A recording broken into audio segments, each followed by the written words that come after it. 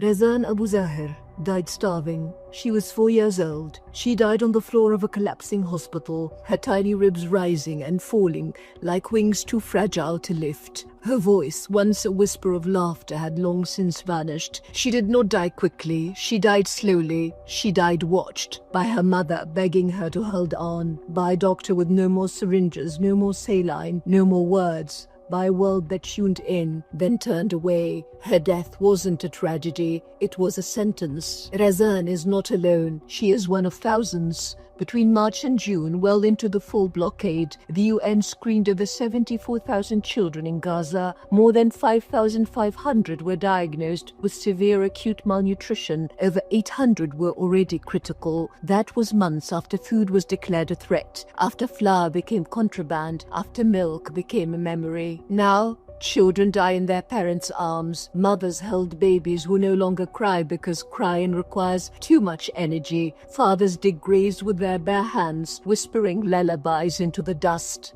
Gaza has been besieged by hunger, by death, by Arab betrayal, and international treachery. Those not killed by bombs are dying from starvation or disease. And in the background, gunfire, because even starvation isn't safe in Gaza. This isn't famine, it's weaponized hunger, a deliberate strangling of life. Israel bombs bakeries, shells aid convoys, flattens farms, blocks food. It starves Gaza with the same precision it uses to kill her. Yes, history has known starvation as a weapon, but what's happening in Gaza is unprecedented. Never before has a civilian population been locked into a fenced strip of land, denied food, water and fuel, while being bombed from land, air and sea. This is not a siege. It is the world's first televised extermination, a concentration camp under constant aerial assault. In Bosnia, starvation broke the will to resist. In Amriksa, 700 inmates died of hunger and torture. In Srebrenica, even food was contraband. And before Bosnia, the Nazi hunger plan, 7 million starved by design. As sociologist Martin Shaw writes,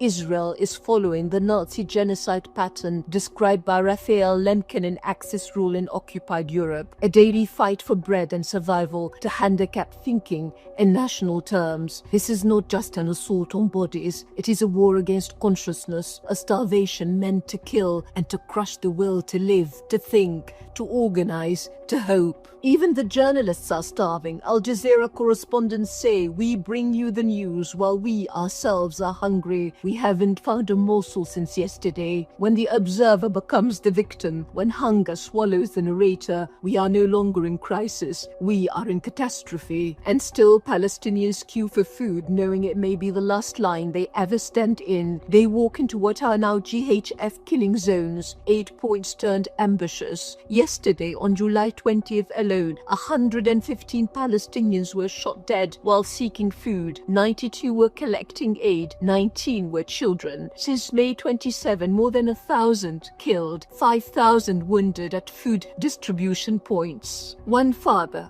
thin, weeping, cradling the bloodied body of his son, was filmed after they were shot. He didn't scream. He just rocked the boy in his arms as gunfire echoed behind him, whispering his name because that was all he had left. This is not a humanitarian crisis. It is extermination through hunger. And still, the world calls it war. No, it is not war. It is annihilation, choreographed, prolonged, and permitted. So who are the culprits? Yes, Israel drops the bombs. Yes, the US pays for them, then shields it with vetoes. But the noose, the tightening of life, is held by others too. Let's talk about Europe. So proud of its enlightenment, so quick to cry never again, so silent when the bodies are Palestinian. The EU is Israel's biggest trading partner. It signed a deal making human rights a condition of trade. That condition, now a grave. Even its own review found Israel in breach. And what did Europe do? Nothing. Then, to save face, the EU claimed a humanitarian breakthrough. But it was theatre. No siege lifted. No aid flowed. It was a smokescreen, a gesture to blind the public while children starved. As Amnesty International put it, a cruel and unlawful betrayal of law.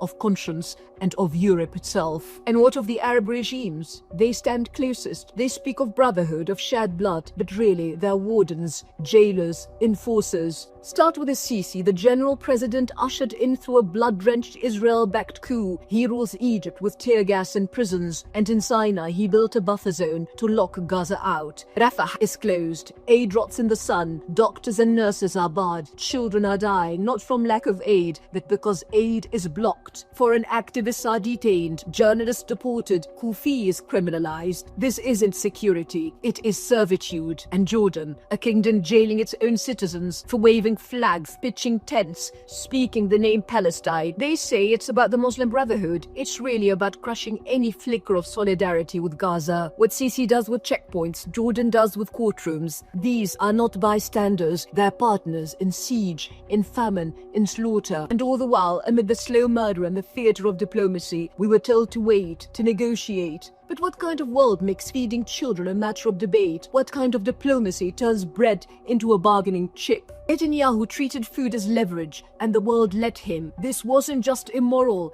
it was illegal, it was obscene. Humanitarian access is not a favor, it's a legal obligation. To delay, to debate it is to turn hunger into a weapon, and diplomacy into an accomplice to war crimes. What's happening in Gaza doesn't just violate law, it obliterates it. It tears through every principle humanity claims to uphold. And it shows us something darker still. The world did not merely fail Gaza, it abandoned her, and in doing so it exposed itself. Gaza is not just a killing field, she is a mirror, and in her reflection we see our absolute, unvarnished shame.